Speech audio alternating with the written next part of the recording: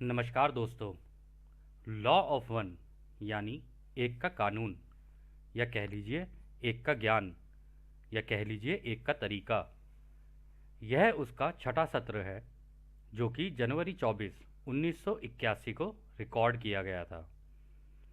दोहराया जाता है कि इस किताब में दी गई सभी सूचनाएं और जानकारियां आप मान भी सकते हैं, जान भी सकते हैं, नज़रअंदाज भी कर सकते हैं, या फिर सिरे से खारिज कर सकते हैं, क्योंकि यह आपकी फ्री विल है जो कि अनंत रचयिता द्वारा आपको दी गई है। अब हम आगे चलते हैं। तो जैसे सभी सत्रों की शुरुआत होती है, रा कहते हैं, हम रा हैं, हम तुम्हारा स्वागत अनंत रचयिता के प्रेम और रोशनी में करते हैं। अब हम बात करने के लिए तैयार हैं। तो डॉन सवाल करते हैं, हमको पिछली बार अपना सत्र बीच में ही रोकना पड़ा था, क्या हम वहीं से शुरू कर सकते हैं जहां से हमने पिछला सत्र समाप्त किया था?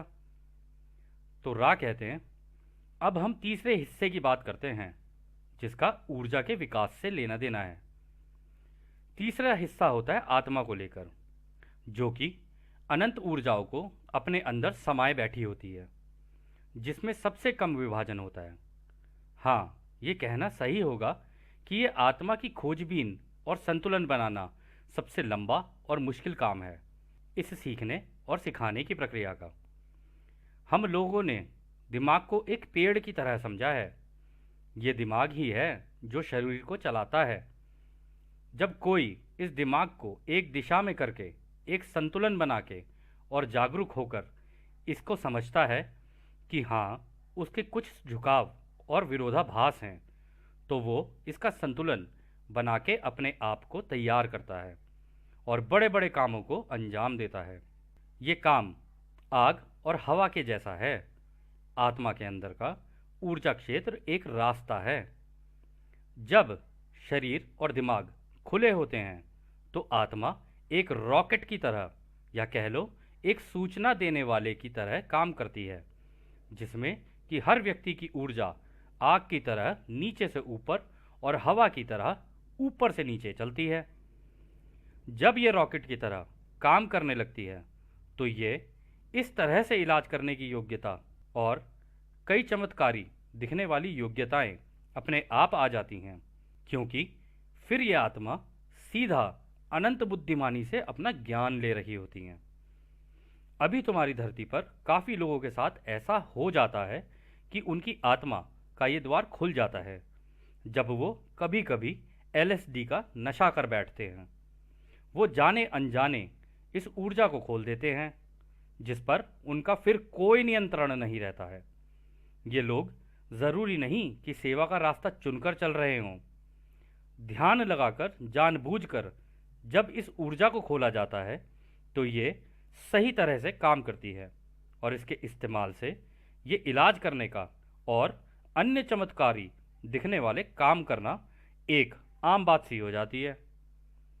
तो दोस्तों, यहाँ पे रा ने बोला है LSD को लेकर, परंतु हम किसी को भी ये सुझाव नहीं देंगे और ना ही हमारा कोई सुझाव है कि कोई इस तरीके से LSD लेकर उपयोग करके इस तरीके से काम करे, क्योंकि उसमें उसका संतुलन भी बिगड़ सकता है। तो यदि कोई इस तरीके से करता है तो वह उसके ऊपर है, हमारी इसमें कोई जिम्मेदारी नहीं है, क्योंकि यह सब कुछ इस किताब के अंदर लिखा हुआ है। फिर आगे रहा कहते हैं, ये दिखने में चमत्कारी लगता है परंतु ये आम बात है और जैसी होनी चाहिए वैसी ही है। इससे जिंदगी में एक बड़ा बदलाव आता है और बड़े बड़े काम किए जाते हैं। अब हमें लगता है कि शुरुआती तौर पर इतना काफ़ी है आपके सीखने और सिखाने के लिए। जब आप ये कर लोगे तो भविष्य में हम इसको और गहराई से बताएंगे कि इस द्वार का इस्तेमाल कैसे किया जाता है इस तरह से इलाज करने के लिए। तो अगला सवाल डॉन करते हैं, हमारा एक दोस्त है टॉम फ्लैहार्टी, वो भी ये जो सत्र हम आपके साथ कर रहे हैं ना, उसमें आना चाहता है। क्या आप जानते हो टॉम फ्लैहार्टी को?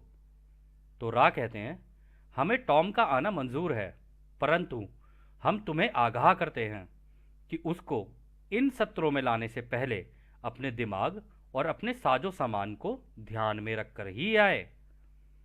तो डॉन अगला सवाल करते हैं, साजो सामान से आपका क्या मतलब है?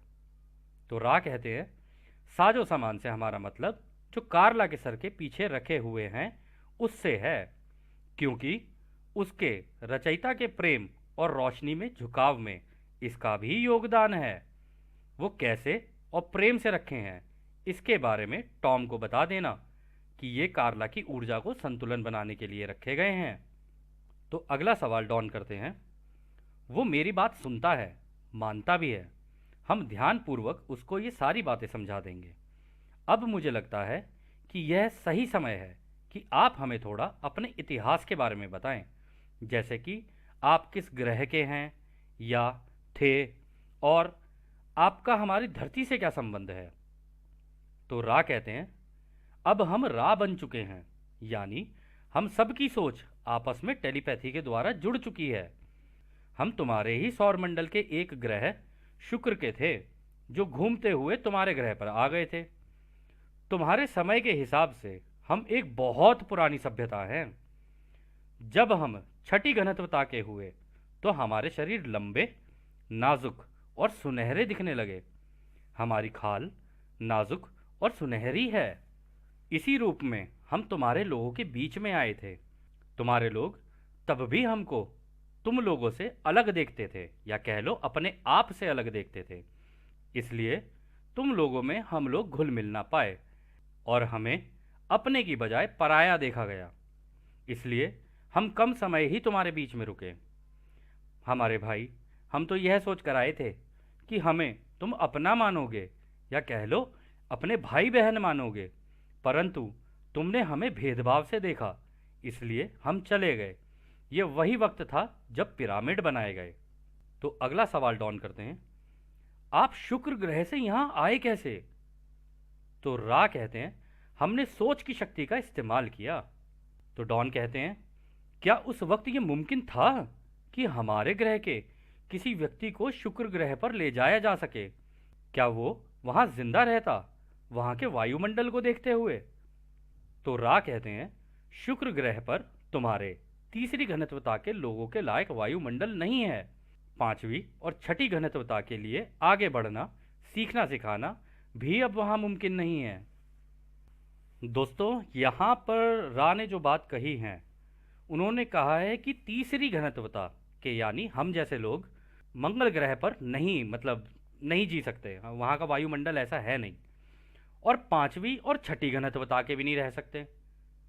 तो इसका मतलब ना तीसरी के रह सकते, ना पांचवी के रह सकते, ना छठी के रह सकते, यानी चौथी के रह सकते हैं। तो इसका मतलब शुक्र ग्रह इस वक्त चौथी घनत्वता का है। और आप लोगों को ये घनत्वता का जो है ना, ये हम थोड़ा सा समझाते हैं। देखो, घनत्वता क्या होती है?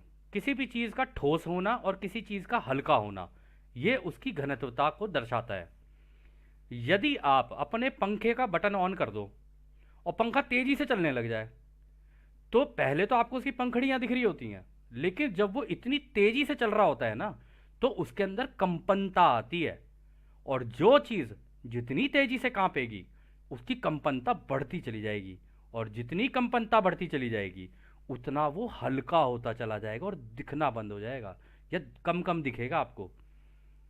तो मान लो अगर आपने ये पंखा इतनी तेजी से चला दिया, आपका 5 का नंबर छोड़ो, आपने इसे 500 पे चला दिया, धीरे धीरे आपको ऐसा लगेगा कि पंखा है ही नहीं, गायब भी हो गया वहां से। तो इसी तरीके से घनत्वताएं काम करती हैं। जैसे कि अभी राह आगे चल के बताएंगे कि इसी जैसे उन्होंने बताया ना कि हम तो सोच की शक्ति का इस्तेमाल करके आ गए। वो इसलिए आ गए क्योंकि उनको इन घनत्वताओं में से घूमना आता है, इधर से इधर निकल जाना, इधर से उधर निकल जाना। मतलब वो चाहें तो हमारी घनत्वता में भी आ सकते हैं, और चाहें तो इससे भी महीन महीन घनत्वताओं में जा सकते हैं। इसका एक उदाहरण और है। कभी कभी आपने एक खड़ी गाड़ी देखी होगी, तो उसके टायर जो होते हैं ना, उसके अंदर के नट बोल्ट आपको दिख रहे होते हैं, पर जैसे ही वो गाड़ी तेजी से स्पीड में चलने लग जाती है ना, धीरे धीरे उसके नट ही दिखने बंद हो जाते हैं। जो उसके पेच होते हैं वो दिखने ही बंद हो जाते हैं। वो इसलिए बंद हो जाते हैं क्योंकि अब टायर में आ गई है कंपनता, और जितनी तेज वो टायर घूमता जाएगा वो नट दिखने ही बंद हो जाते हैं। इनको कहते हैं घनत्वताओं का खेल। एक घनत्वता से दूसरी में चले जाना, दूसरी से तीसरी में चले जाना। अभी हम जिस ग्रह पे रह रहे हैं और जो हमारे शरीर है और हमारा दिमाग और हमारी सारी चीज़ें, जो हमारी सोच, हमें जो जो चीज़ें दिख रही हैं ना, ये सभी की सभी तीसरी घनत्वता की हैं। तो खैर, आगे डॉन सवाल करते हैं, आप शुक्र ग्रह से यहाँ कैसे आए? ये मेरा अनुमान है कि आप छठी घनत्वता के हैं, जो कि ना दिखने वाली होती है। क्या आपको अपनी घनत्वता बदलनी पड़ी थी हमारी धरती पर आने के लिए? तो रा कहते हैं, तुम्हें हवा का तो पता ही होगा, कुछ भी ना होने में घुल जाना ही एकता में घुल जाना होता है। तो कहने का मतलब ये है, यहाँ पे रा कह रहे हैं कि हम हवा में ही गायब हो जाते हैं। तो हवा में गायब हो के वहाँ से गायब हो और यहाँ से निकल आए। तो वो आगे कहते हैं, छठी घनत्वता में हम सक्षम हैं कि अपनी सोच से, या कह लो दिमाग की शक्ति से, रचयिता की अनंत बुद्धिमानिता का इस्तेमाल करके हर रोशनी के कण कण से बात या आग्रह करके जैसा चाहे वैसा आकार ले सकते हैं। इसी का इस्तेमाल करके हम अपनी घनत्वता से तुम्हारी तीसरी घनत्वता में आकर दिख सकते हैं, और आए भी। इस प्रयोग को करने के लिए हमें महासंघ, या कह लो परिषद समिति से अनुमति मिली थी, जो तुम्हारे ग्रह की रखवाली करते हैं, या कह लो कि तुम्हारे ग्रह के रक्षक हैं। तो डॉन कहते हैं, ये समिति कहाँ है, या कह लो ये महासंघ बैठता कहाँ है? तो रा कहते हैं, यह समिति 8वीं घनत्वता में बैठती है, शनि ग्रह पर, जिसको तुम शनि ग्रह की रिंग बोलते हो ना, जो उसके आसपास बनी हुई है, या शनि ग्रह के चारों ओर बनी हुई अंगूठी का आकार है, वहां पर है ये महासंघ। तो डॉन अगला सवाल करते हैं, क्या हमारे सौरमंडल में कोई ग्रह है जहां हमारे जैसे दिखने वाले लोग हों? तो रा जवाब देते हैं, तुम अभी के समय और जगह की बात कर रहे हो, या फिर किसी भी समय और जगह की बात कर रहे हो? तो डॉन कहते हैं, आप दोनों ही बता दीजिए हमें, हम तो दोनों ही जानना चाहेंगे। तो रा इसका जवाब देते हैं, एक समय जगह पर तुम्हारे ही सौरमंडल में एक सभ्यता हुआ करती थी, जो तीसरी घनत्वता की थी। इसको तुम अलग अलग नामों से जानते हो, परंतु उसका नाम मेल्डेक था। उन्होंने अपने ग्रह को नष्ट कर लिया था और मजबूरी में तुम्हारे ग्रह पर जगह ली, क्योंकि उस समय तुम्हारा ही ग्रह था जो कि तीसरी घनत्वता का था, जहां पर रहकर ये पश्चाताप करके अपने शरीर, दिमाग और आत्मा के विभाजनों को एक के ज्ञान के तरीकों से जान सकें। तो डॉन कहते हैं, वो यहां पर आए कैसे? तो रा कहते हैं, उनको कटाई की प्रक्रिया से यहां दोबारा जन्म दिया गया, जिसको तुम पुनर्जन्म की प्रक्रिया बोलते हो। दोस्तों, ये कटाई का जो शब्द है ना, इसको अंग्रेजी में हार्वेस्ट बोलते हैं, और ये बहुत ही इंपॉर्टेंट टॉपिक है जो भी आगे आएगा। तो डॉन कहते हैं, हमारे सालों के हिसाब से यह कब हुआ था? तो रा कहते हैं, यह लगभग 5 लाख साल पहले हुआ था। तो डॉन आगे कहते हैं, जी बहुत बहुत धन्यवाद। तो इसका मतलब क्या ये इंसानों की जनसंख्या जो धरती पर है, क्या ये मेल्डेक के हैं? तो रा कहते हैं, जो इस कटाई की प्रक्रिया से मेल्डेक से लाए गए, वो तुम्हारी धरती के ऊपर नहीं, नीचे रहते हैं। तुम्हारी धरती की जनसंख्या काफी अलग अलग जगहों से है। कुछ तो दूसरी घनत्वता से तीसरी घनत्वता में यहां पैदा हुए हैं, और कुछ दूसरे तीसरी घनत्वता के ग्रहों से यहां अपनी तीसरी घनत्वता दोहरा रहे हैं। तुम सब एक प्रजाति के नहीं हो, परंतु इस ग्रह के अनूठे अनुभव तुम्हारे लिए एक ही हैं। तो डॉन कहते हैं, हम जानना चाहेंगे कि ये एक के ज्ञान के तरीकों से ये दूसरे ग्रहों से यहां धरती पर लोग कैसे लाए गए, और ये कटाई का काम कैसे हुआ? तो रा कहते हैं, एक का ज्ञान केवल एक ही चीज कहता है कि सब चीजें एक हैं और हर प्राणी एक है। इस पर चलने या समझने के लिए कुछ तरीकों के व्यवहार और सोच की जरूरत है, जो इससे मिलते हो। जो प्राणी अपनी एक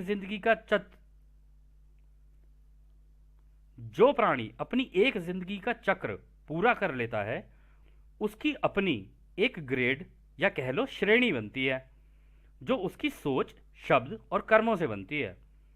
इस ग्रेड के हिसाब से वो मरने के बाद उसी ग्रेड का शरीर, दिमाग और आत्मा अपनी इच्छा से चुनता है। तो दोस्तों यहाँ पर ये जो ग्रेड की बात हो रही है ना, यहाँ पे 3 शब्दों का बड़ा इंपॉर्टेंट महत्व है। यहाँ उन्होंने कहा उसकी सोच, उसका शब्द और उसका कर्म। इन तीनों को मिला के उसकी ग्रेड बनती है कि भाई वो अगली घनत्वता में जाएगा या इस घनत्वता में ही दोबारा रिपीट करेगा। तो यहाँ पर वो यही कहना चाह रहे हैं कि इस ग्रेडिंग सिस्टम का इस्तेमाल करके हम लोगों ने जिन लोगों को आगे की घनत्वता में जाना होता है उनको वहाँ ले जाते हैं, जिनकी तीसरी घनत्वता पूरी नहीं हो पाई है उनको वहाँ से उठा के यहाँ कर देते हैं। तो फिर रा आगे कहते हैं, इस प्रक्रिया का रखरखाव वो प्राणी करते हैं जो इन आत्माओं का पालन पोषण करते हैं और एक के ज्ञान को अच्छे से जानते हैं और अपनी इच्छा से ही इस सेवा को करते हैं। इसलिए ये माया जाल है जो रोशनी का बना हुआ है, या कहें कि असलियत में प्रेम रोशनी का बना हुआ है, और ये अलग अलग भीषणताओं का बना हुआ है। कटाई के बाद दोस्तों ये कह रहे हैं ना अलग अलग भीषणताओं का बना हुआ है, तो यहां पर वो ये ही बताना चाह रहे हैं कि कंपनताओं का बना हुआ है अलग अलग।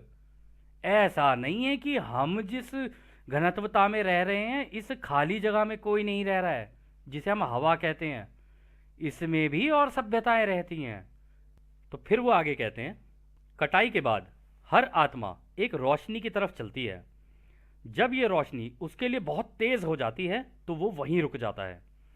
ये हो सकता है कि ये आत्मा बस तीसरी घनत्वता के द्वार तक ही पहुंची हो, या फिर तीसरी घनत्वता के अंत तक ही पहुंची हो, जो कि उसकी ग्रेड या श्रेणी बताती है कि वो अपने अनुभवों में कहां तक पहुंची। फिर भी जो जहां तक पहुंचता है उसको वहां से फिर एक बड़ा चक्र उसके अनुभवों के अनुसार मिलता है, जो उसकी सोच और कर्म पर आधारित होते हैं। ये इसलिए होता है ताकि वो अपने अंदर के विभाजनों को कम कर सके। तो डॉन अगला सवाल कहते हैं, ये बड़ा चक्र हमारे सालों में कितना होता है? तो रा कहते हैं, एक बड़ा चक्र करीब 25,000 साल का होता है। ऐसी 3 बड़े चक्र होते हैं जिसके दौरान जो आगे बढ़ चुके होते हैं उनकी कटाई हो जाती है। दोस्तों कटाई शब्द ये बार बार आएगा, परंतु इसको आप ध्यान से, थोड़ा सा ध्यान से हो सके तो आप प्लीज सुन सकते हैं। तो वो आगे कहते हैं, 75,000 साल के संपूर्ण चक्र के अंत में सबकी कटाई होती है, फिर चाहे वो आगे बढ़े हों या ना बढ़े हों, क्योंकि उस दौरान एक तीसरी घनत्वता का ग्रह भी अपनी पूरी जिंदगी का अनुभव ले चुका होता है और अपने आप को नई या अगली घनत्वता के लिए तैयार करता है, और इसके बाद इसके नीचे की घनत्वताओं के लिए जिंदगी बंद हो जाती है। तो दोस्तों यह सत्र काफ़ी लंबा है, तो हम इस सत्र को अभी यहीं रोकते हैं। इसको हम अगले सत्र में कंटिन्यू करेंगे। आपका बहुत बहुत धन्यवाद।